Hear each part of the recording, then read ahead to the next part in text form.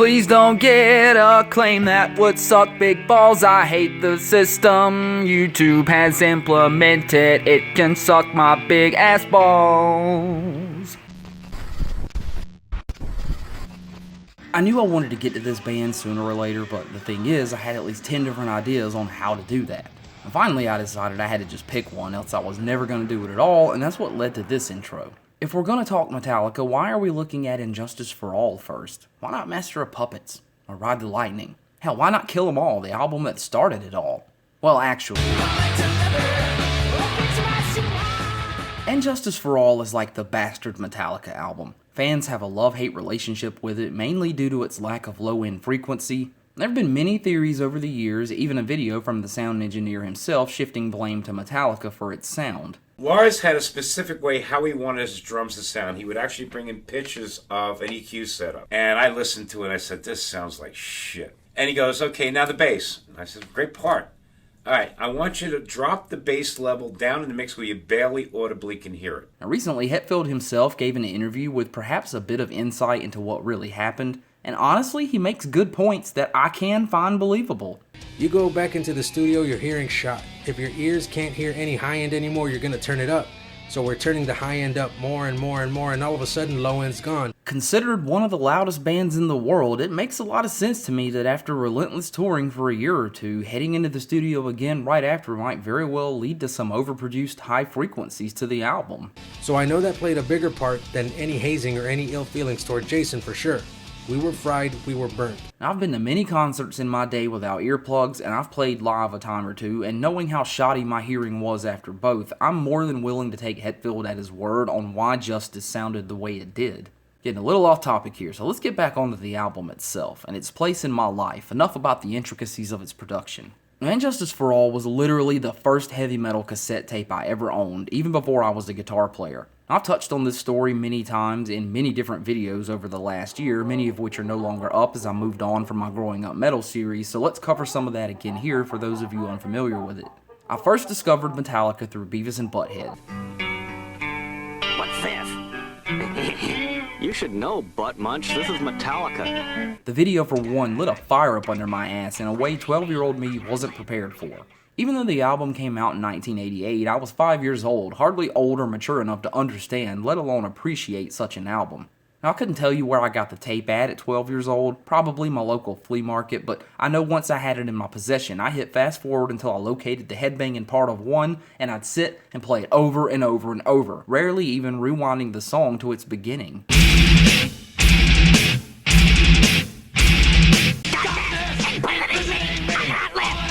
Shut up, Beavis. It was unlike anything I'd ever heard at that age, miles ahead of the rock and roll my mother listened to in the house as I grew up, and ironic considering years later I ended up converting her into a hardcore Metallica fan.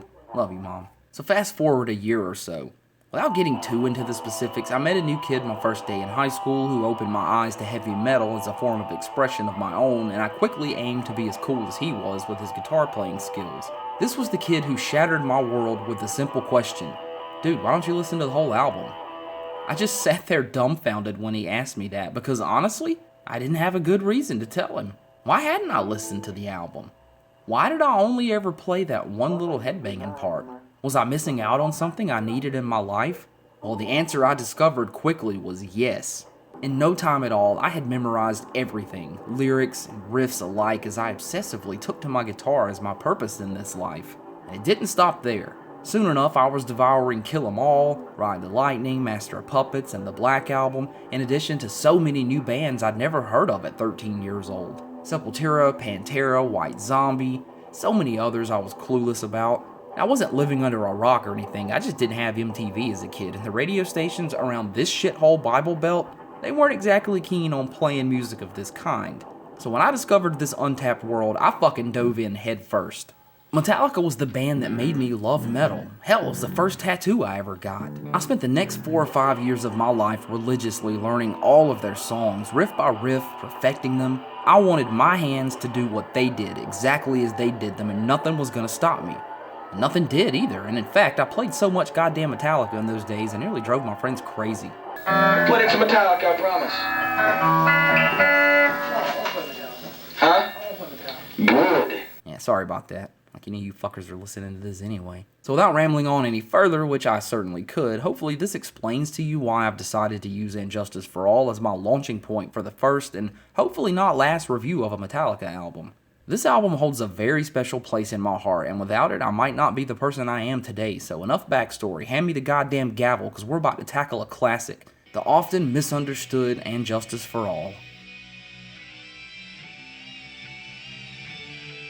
Now, Blackened has a very interesting intro. If you've ever wondered why it sounds so odd, so different, to say the least, it's because what you're hearing is actually a backwards recording. For its inception, 2 specific guitar parts were written and then recorded in harmony,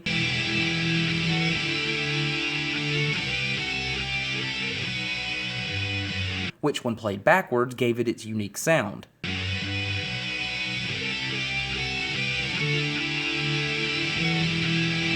This is why when Blackened is played live, you never see them actually playing the riff and instead use a recording, and while it is possible to somewhat accurately play along forwards with the riff, it just simply doesn't and won't ever sound exactly like the album.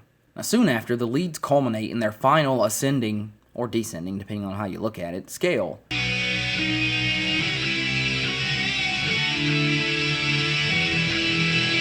And the main riff wastes no time at all telling you to put your teeth on the curb.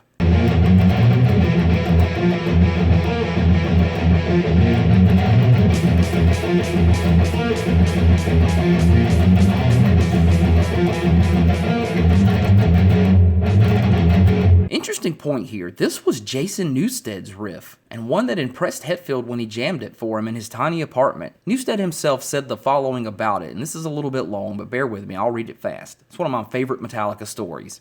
This was a very special time in my life. This was when James and I were first becoming friends. He was someone I looked up to greatly before I joined the band. We all did. We were in my 1-bedroom apartment. I had my little 4-track Tascam set up in the corner of the bedroom, and we were jamming on our guitars, just playing through some riffs. And I played that Blackened riff, and he goes, "Dude, what is that?" Because it was really pretty crazy. He picked up on that, and we recorded that bit, and he goes, "Let's build it to this, and build it to this." It was a moment. I was actually composing a song with James from Metallica, and he was approving my riffs and saying this is going to be a Metallica song.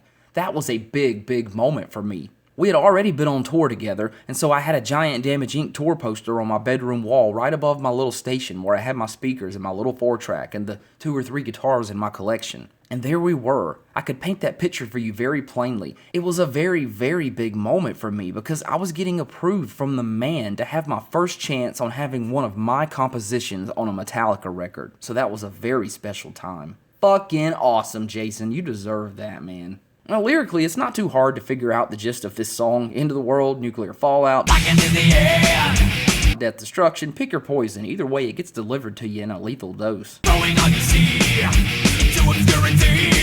The chorus is as powerful as the verse, even if it comprises of very basic power chords and a triplet or two. A little breakdown riff is one of the funnest riffs to play along to in the history of mankind.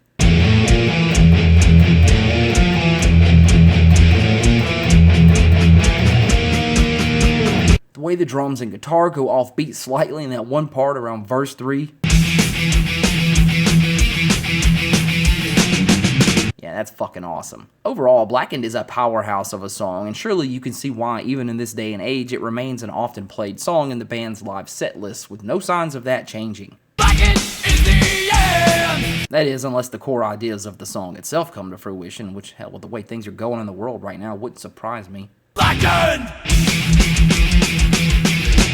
It's almost like the band said, okay, the fans need a little break after Blackened. We just kicked their ass for like 6 straight minutes. Let's give them a little room to breathe. And Justice for All, the song titled after the album, comes in with an overly gorgeous, clean electric guitar riff and is played with a bit of gliss on the triads, making them ring out with some pretty unique tones. Please don't get a claim that would suck big balls. I hate the system YouTube has implemented. It can suck my big ass ball. You're starting to get comfortable in this riff as the harmonies join in soon after.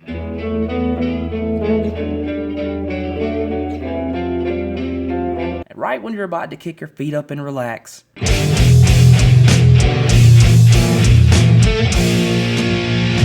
Yeah, so much for that. I guess I'm about to get my ass kicked again.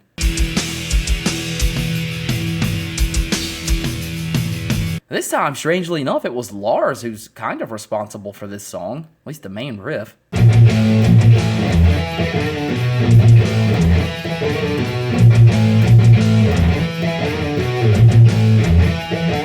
From what I've read over the years, Lars was just banging out this specific drum beat one day, and Hetfield dug it so much he just started jamming on it. That little simple riff that we all know.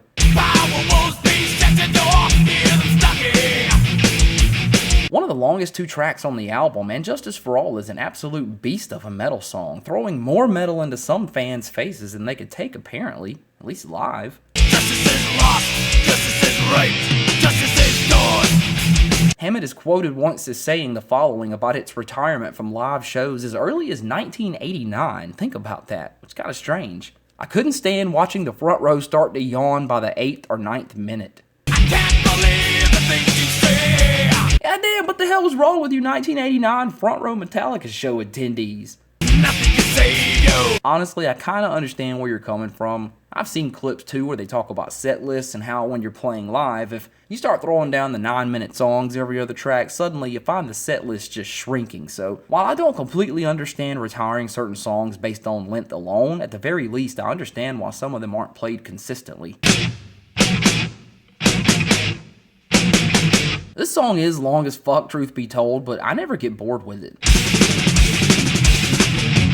The lyrics are great, and possibly more relevant today than ever before with their shots on money and politics and greed. Inquisition sinking you with crying my head. The open string lick is fun as hell to play, and I just have very little to bitch about with this song.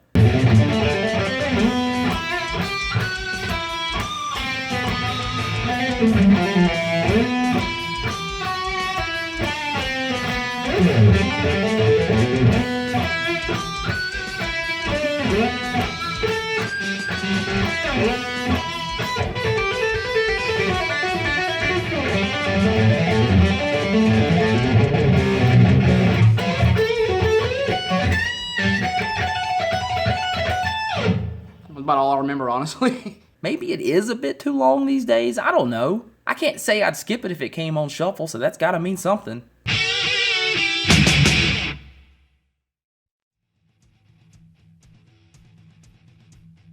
I remember reading once these were the lyrics Hetfield was most proud of. Now, me personally, I never listened to Metallica for many of the lyrics. They're fine, sometimes they kick ass even, and they certainly almost always fit the song and the subject matter, but I'm into Metallica for James going, yeah! And the billion fucking epic riffs they've written. This song is no exception to the riffs at least. It comes in with that slow building intro, and before it gets repetitive,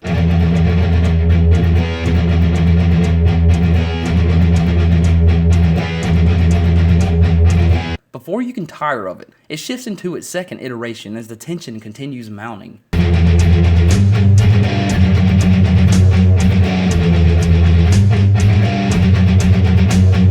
And that's followed by this kick-ass open E, slightly palm-muted little string gallop.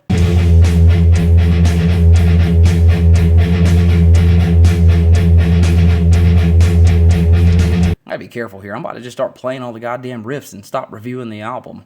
Now the verses follow a similar formula to the intro, but what I fucking love about this song is the chorus or pre-chorus. I don't fucking care about the specific terms for these things. Bridges, choruses, pre-choruses, hooks, who gives a shit? This riff right here.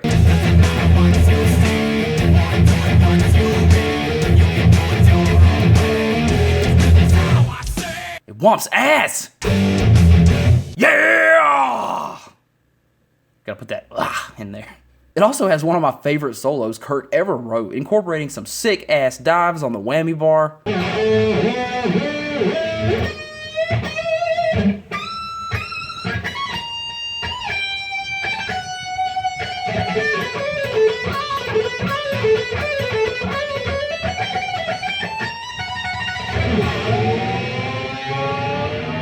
This song never fails to get me nodding my head when it comes on. You can do it your own way. Nothing else to say about it. If it's done just how I say.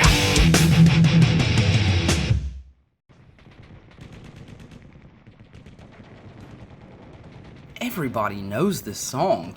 I don't know a single person who doesn't like this song. even if it has been played to death by radio and the band alike, but I can't shit on it for that reason. It got played that much because it's so fucking amazing. The intro lead to this was one of the first Metallica licks I ever learned, and I fucking loved when I could get my friend to play the rhythm, giving me an opportunity to try my hand at being Kirk.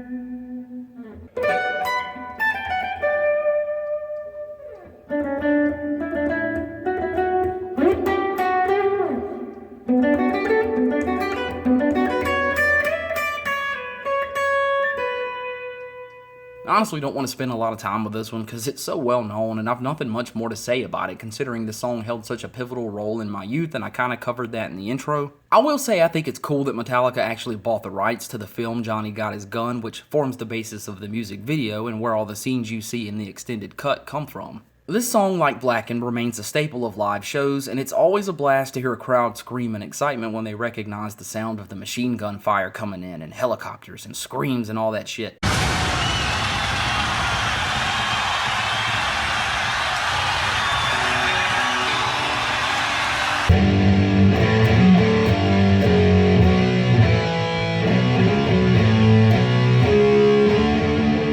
Kirk busts in with some tapping action on the solo.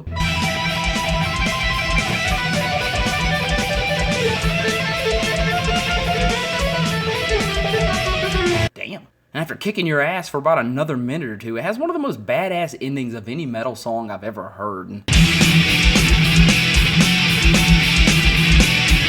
I find it impressive as hell too, because I also remember reading how when recording the album, they had very little time for some reason or another, and forgive me for not providing facts to back all this shit up, but I swear I read this crap somewhere. They wrote and recorded those last lead parts in like a day.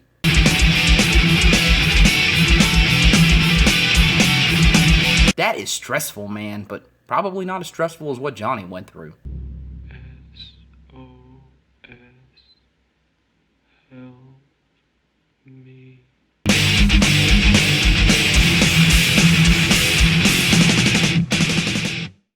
Turn the goddamn fan on, it's so hot out here. The Shortest Straw is perfect from start to finish, and to me, perfectly exemplifies just what a focused Metallica was capable of when they hit the studio. Except for mixing an album. Pure ass-kicking, face-melting metal from start to finish.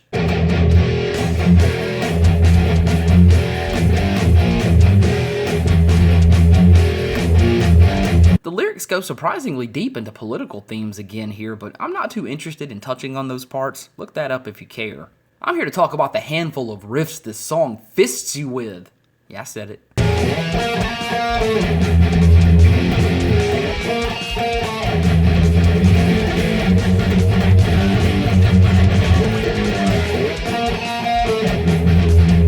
If you are relatively new to guitar, this probably isn't the best song to start out learning, but if you think you're getting pretty good, this is a damn good song to test your skills on. Playing 6.5 minutes of The Shortest Straw makes a pretty good warm-up for me these days, but it's only because once upon a time this song kicked my ass, forcing me to put the time and the effort in until I got it down pat. And that only furthered my love for the band and made me the guitar player I am today. This would be one of my top rated songs on the album in every single metric. Kurt kills the solo.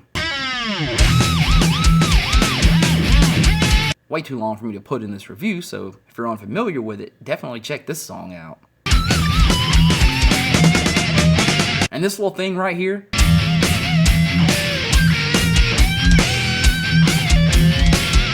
Oh, and the backwards guitar swell. Ah, it's perfect. Just legendary. It also houses one of my all-time favorite Metallica riffs, period. This little ditty right here.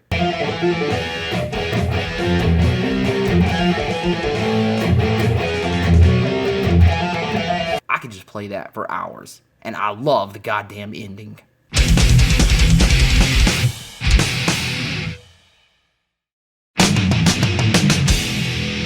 If you don't dig this track, get the fuck out of here.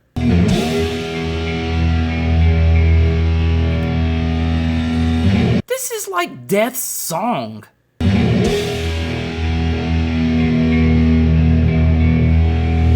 When I play this intro riff, those beautiful palm-muted single-string notes, I cannot explain to you the power that I feel.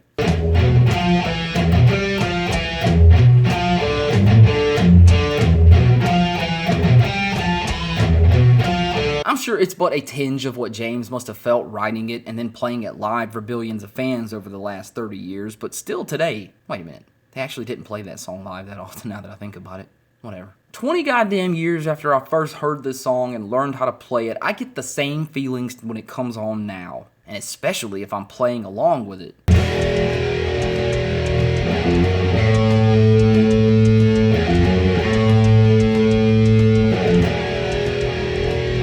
Coming right after the shortest straw is just icing on this cake. It is so structurally solid of a song. The ordering of the riffs, the length of the notes, and after you've sat through the usual verse, chorus, verse bit, you're hit with this shit. All have said their prayer. What?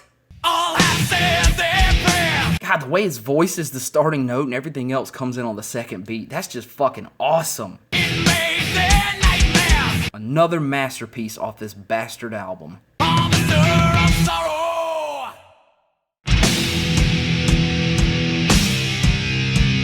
Now, after its crowd-pleasing intro...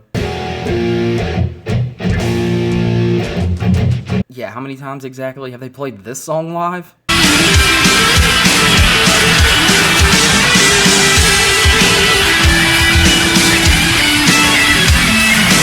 In its entirety? I don't really know, but not a lot. We launch into a fucking brutal riff to another favorite track of mine.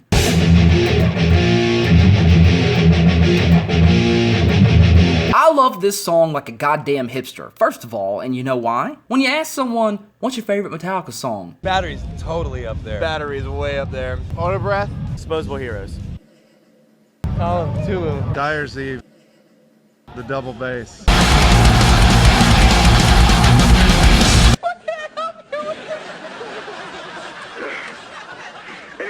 Creeping Death to me is one of my favorites. Battery, Fight Fire with Fire. Master of Puppets album. yeah, the whole album. Damage Incorporated is one of my favorites. The Thing That Should Not Be. Fight Fire with Fire. Nobody fucking says the frayed ends of sanity. But I might.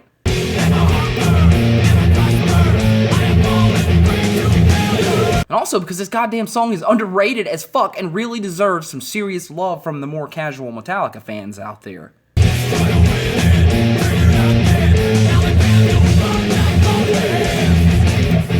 Verse-wise, this riff and lyric combo might be the deadliest, ear-pleasing combo on this album for some reason. It's the descending chromatic notes that do it to me, I'm telling you.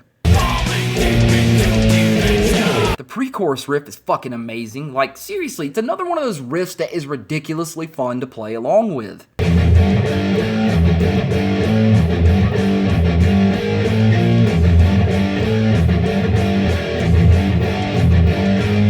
Probably get a claim, so I don't know if I'm going to play along with it, but if you're a guitar player, you know what I'm saying. As I wait for the horror she brings. And then after you've had your ass kicked this way, and then that way, after a brutal riff, after a brutal pre-chorus, after a brutal chorus, I get to play this fucking riff?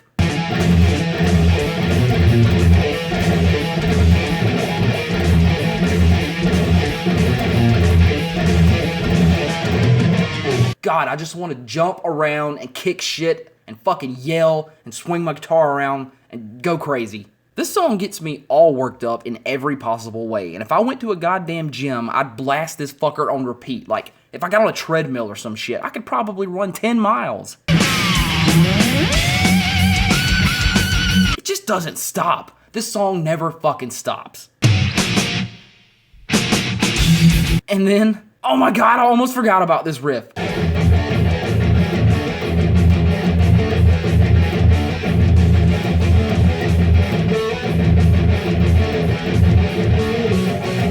fuck yes. This song is the tits. This song is the goddamn tits. Metallica, when they were at their last true old school fucking Metallica. I like Load and Reload personally, so don't take that the wrong way. I gotta calm down. Thank God To Live Is To Die is next.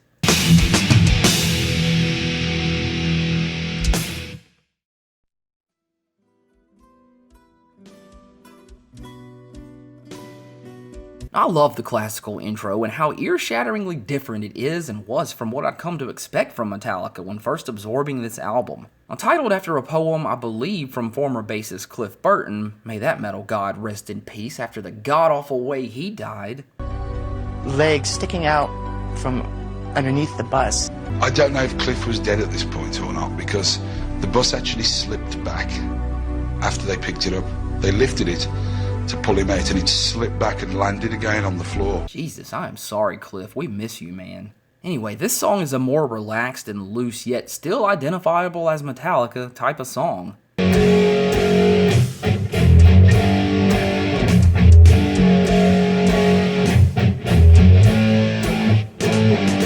There are virtually no lyrics until way into the song when James numbly recites the few that Cliff had penned for his poem of the same name. A man lies, he murders some part of the world. After this song tears your insides up, reflecting on Cliff and what the band had been through, These are the pale deaths, which men call their lives. The emotion continues with another all-time favorite riff of mine from Metallica, and man, it has been a while since I played this one, so hopefully I don't butcher it. It's also likely to get acclaimed, so I gotta be careful.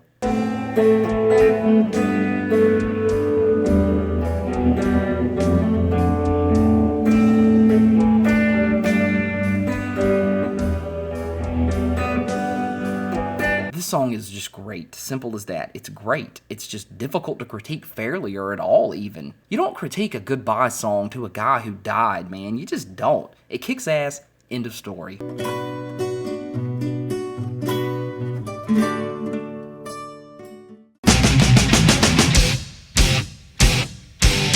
I don't know at the moment if there's a song out there that perfectly ends a metal album the way Dyer's Eve ends And Justice for All.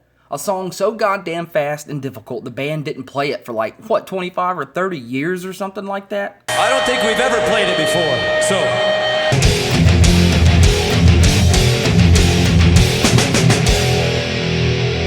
A long fucking time, that's for sure. Although they have managed to brush up on their parts, knock the rust off, and throw down on this track. Maybe not Lars.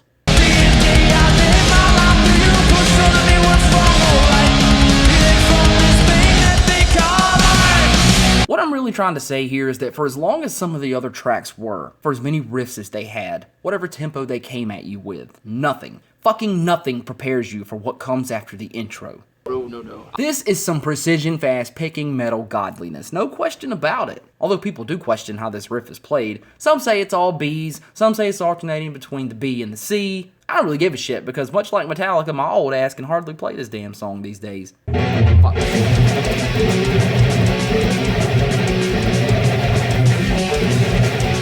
I'm rusty, alright. I ain't trying to hide it. Now, earlier I did say I rarely listen to Metallica for the lyrics, but boy, this song is an exception.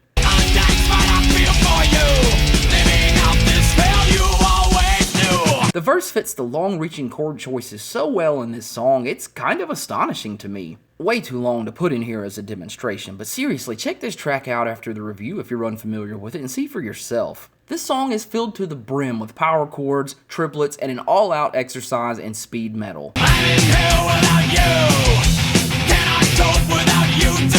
If the shortest straw was the warm-up, like I said, this song is the main event. What you're building towards.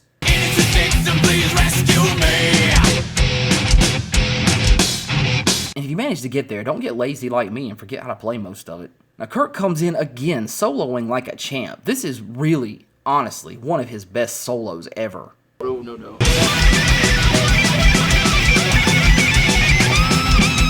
Speaking of, he only recently kind of got good again.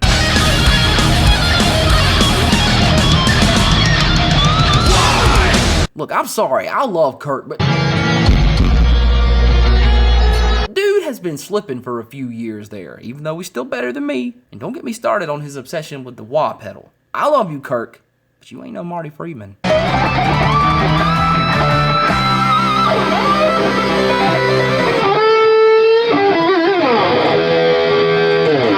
I said that too. Now, throwing us a nod back to its lengthy intro, this song ends about as quickly as it started, and honestly leaves me asking, could I have handled another verse? I don't know, honestly, but I kind of want one. Yeah! Maybe they should just play this song twice when they play it live. Then you get like 10 minutes of Dyer's Eve. So come on, really sit back and ask yourself, is this a bad album? Fuck no! This sounds like shit. It was just badly mixed. Please rescue me.